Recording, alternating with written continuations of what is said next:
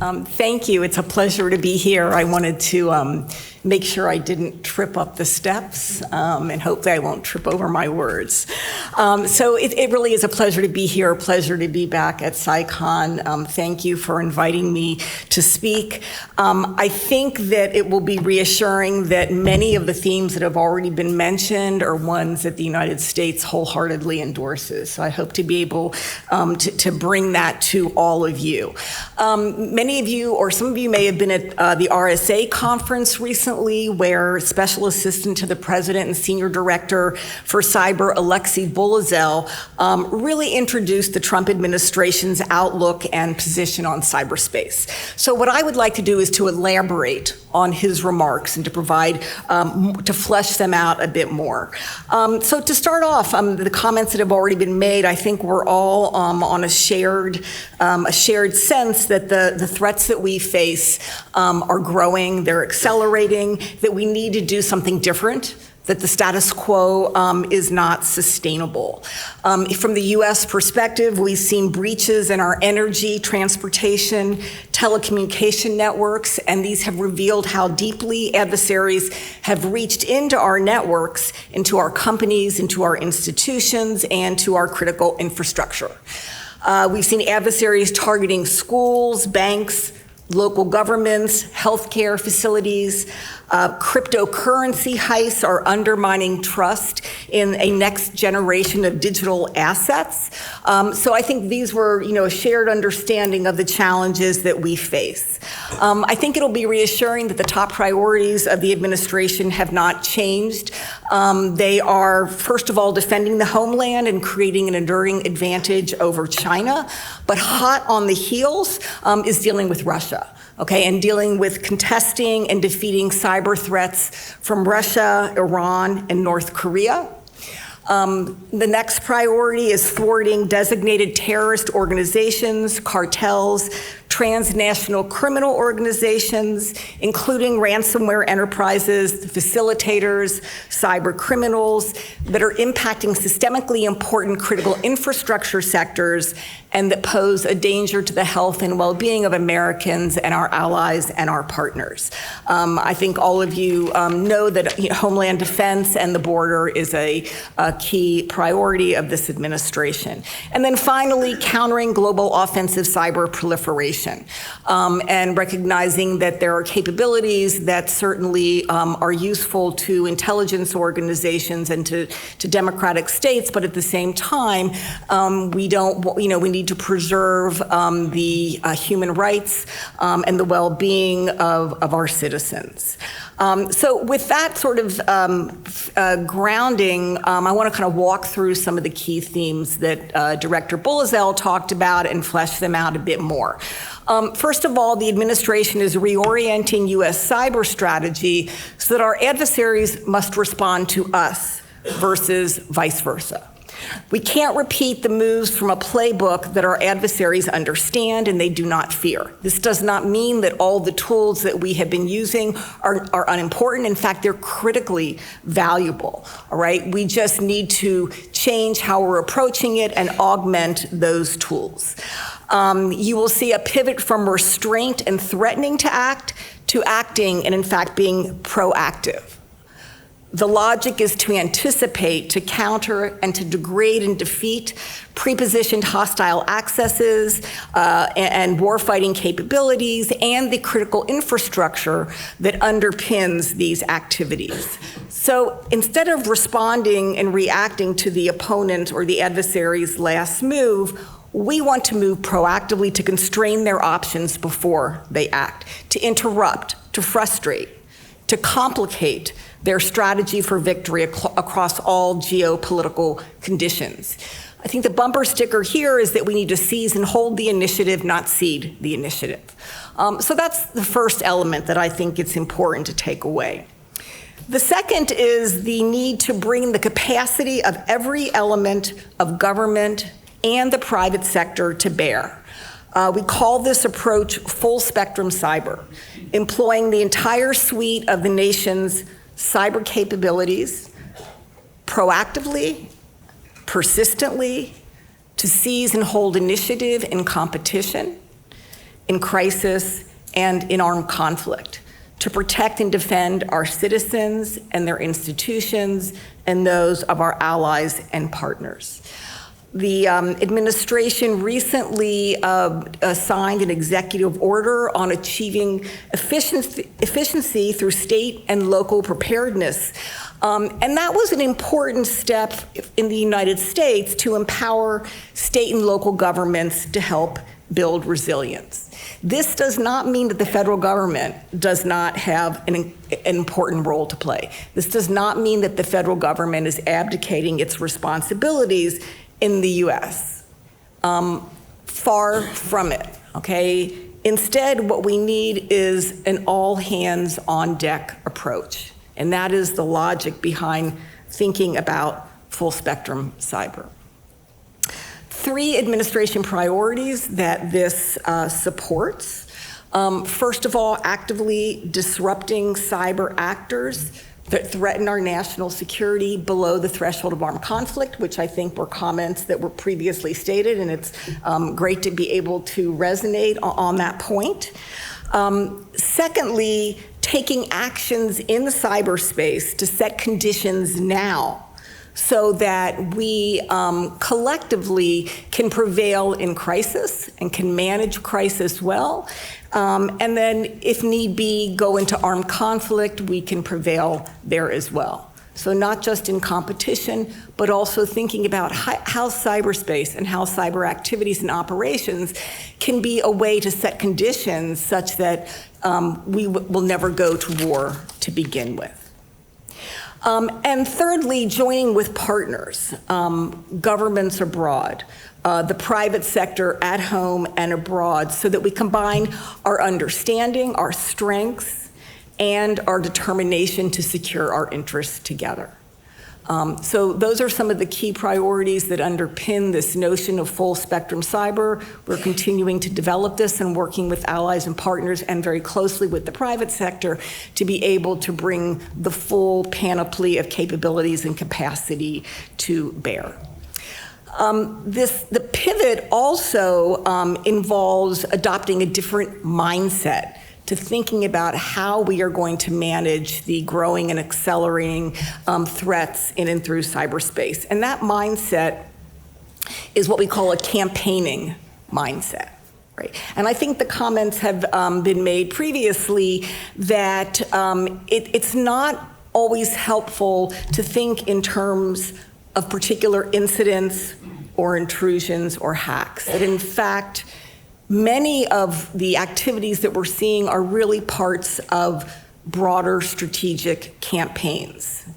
In fact, most of our serious problems are not single incidents, but they're long-running adversary campaigns in and through cyberspace that encompass many separate intrusions and supporting actions. Okay, so these strategic campaigns are designed to gain advantage cumulatively below the threshold of armed conflict across diplomacy, information, military, and economic sources of power, and also to preposition and posture for potential crisis and contingency. So this notion of campaigning and of thinking of operating continuously, proactively, and that includes across the full spectrum of capabilities, is the mindset that we're trying to bring to the challenges we face and to the new approaches to thinking about the accelerating threats.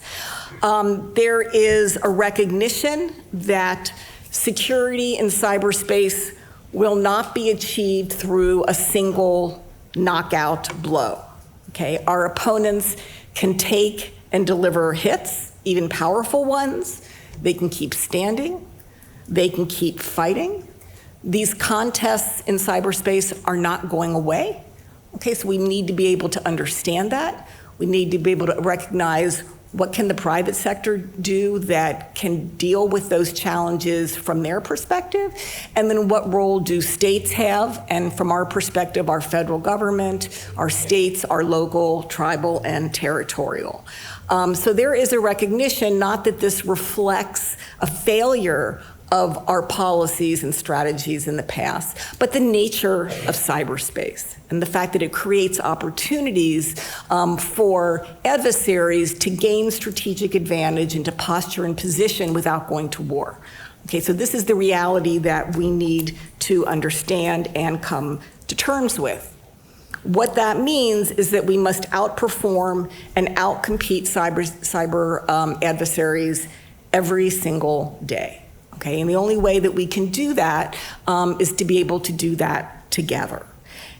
This requires that we operate persistently, continuously, collectively through this idea of cyber campaigning.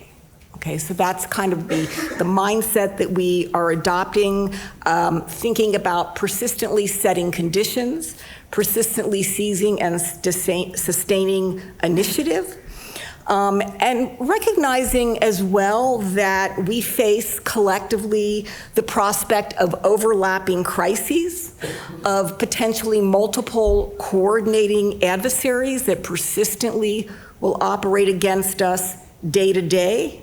Below armed conflict, this confronts all democracies. Our nations may have to conduct and synchronize multiple concurrent and enduring campaigns in widely separate geographic regions, even including space, in competition, crisis, and armed conflict. So that is the recognition of the challenges that we're facing together and how we're thinking about reorienting to address that. In cyberspace, if you are not actively setting favorable conditions, they are being set for you. Okay, that is the nature of the dynamic. That is the nature of the space.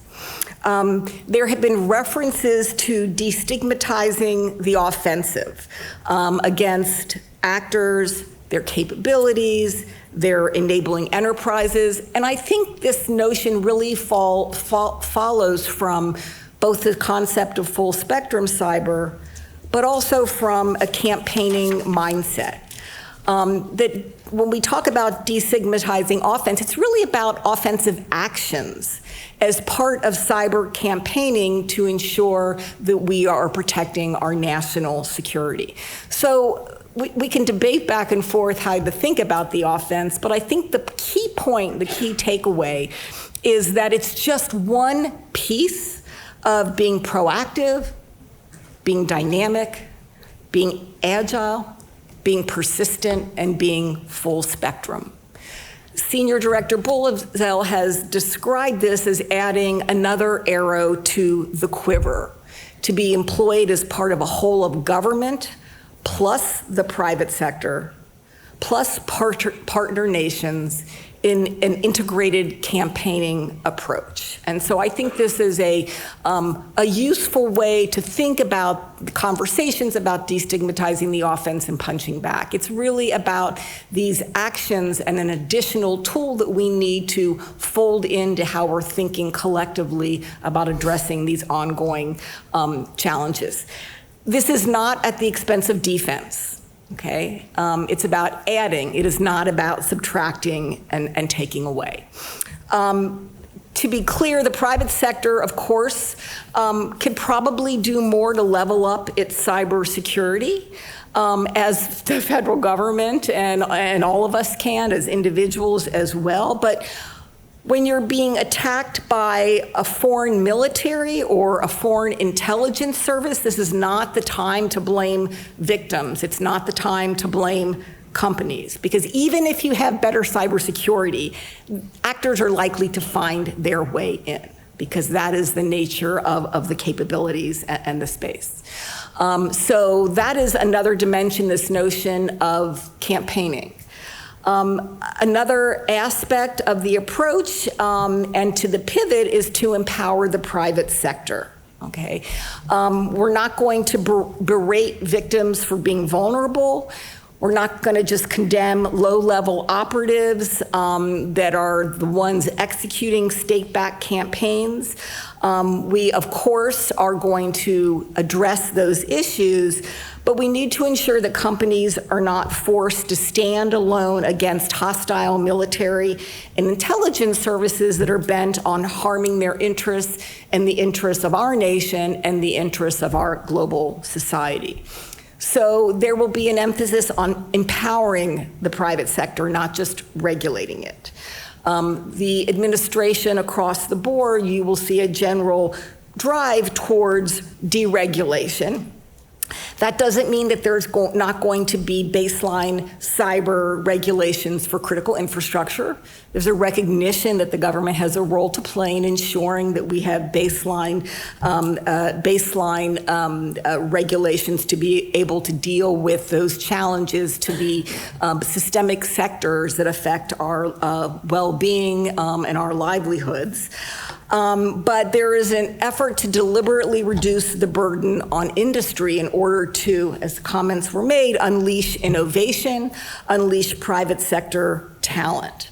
A focus as well on regulatory harmonization so that we're not demanding disproportionate burdens across different critical infrastructure sectors. That is a consistent continuity with previous administrations. There has been an emphasis in the past on vulnerability reduction by vendors, and this is critically important, and there's not going to be a reduction and an emphasis on that. But we also think it's important to up our game against the villains, okay? So it's not just the vendors, it's also the villains. And a recognition that some of the capabilities that we maybe have held in reserve, we should be leveraging now in order to shape an environment that is more secure, more open, more free, and less likely to resolve into conflict. Examples of this would be degrading adversary capabilities and confidence before they're used. Let's try to be proactive. Let's move further to the left. Let's get out ahead of those challenges. There is a consistent recognition that we need to enable private sector firms to share information on hard technical aspects of cyber threats, including malware samples, detection signatures, and other intrusion-related information. So a real emphasis on this need to share and work hand in hand very closely with the private sector. And we will enable this going forward, while also assuring that there are appropriate protections for the privacy of customers and consumers, and for the need to defend free speech. So in general, there is a sense that the private sector has incredible capabilities, incredible talent. We need to be able to work with them more proactively and to explore new ways to do this. And so that is much of the thinking. Welcome as many insights as we can get from our partners and from the private sector for how to think about that. And I think we couldn't hit home more the importance of that, but to recognize that one of the key takeaways from Ukraine is that private companies can wield cyber power. We see that, and we need to understand that as states, what that means and how we collaborate going forward. Finally, and hardly least of all, is the importance of campaigning with our partners. Partnership is essential. It is how we are going to scale against the threats that we collectively as democratic nations face. And so we need to build on that, to strengthen that. Alliances and foreign partnerships are essential to address the multiple potentially coordinating adversaries. We're hoping that we can campaign together, okay, to play to strength. Recognizing that that's going to vary. That's going to vary across partners based on their domestic political considerations, their risk tolerance, their laws, their authorities. Perhaps on the one end, on one extreme would be sovereign aligned, bringing those capabilities and capacity to bear. And on the other side, fully integrated campaigning across threats that we share. So there's a recognition that each nation brings sovereign authorities and capabilities to a shared space, and we need that together to maintain awareness, to identify opportunities, to synchronize and complement each other's activities, and most importantly, to present our adversaries with multiple dilemmas. Okay, we need to put them on the back foot. We don't want to be on the back foot. And a key factor in enabling the scaling through partnership for cumulative impact over time is that we come to a shared understanding of the nature of the cyber strategic environment. And that is why events like this and that NATO and Estonia are bringing together and helping us understand and adapt to the nature of this space are so critically important to sustain and to support. That we can come together and talk about and build a shared understanding of the environment that we're operating in, shared operational concepts about how to think about that, and a shared vision for going forward into the future. So let me just wrap up by reiterating some of the key themes and concepts that I hope we will take away and hopefully we can discuss in the days ahead. This notion of full spectrum cyber, okay, but basically not only public and private, but across partners and allies, tactical, operational, and strategic. So thinking about that, this notion of cyber campaigning and a campaigning mindset, the fact that we have to be vigilant at all times, always, and thinking about being proactive and setting the conditions in our favor versus vice versa. Empowering. We want to empower our federal agencies, our partners, the private sector, the warfighter, and innovation. A emphasis as well on delegation for speed and agility. And this brings up issues that have been raised about artificial intelligence and automation. We really need to think through responsibly about how we increase our speed and our agility while protecting the values that we so clearly cherish. And then finally, scaling through partnerships. And if that's the only thing you take away, I hope you will take that away. And it's very much been a privilege to be here to share these ideas with you, and I look forward to exploring them more in the future. Thank you.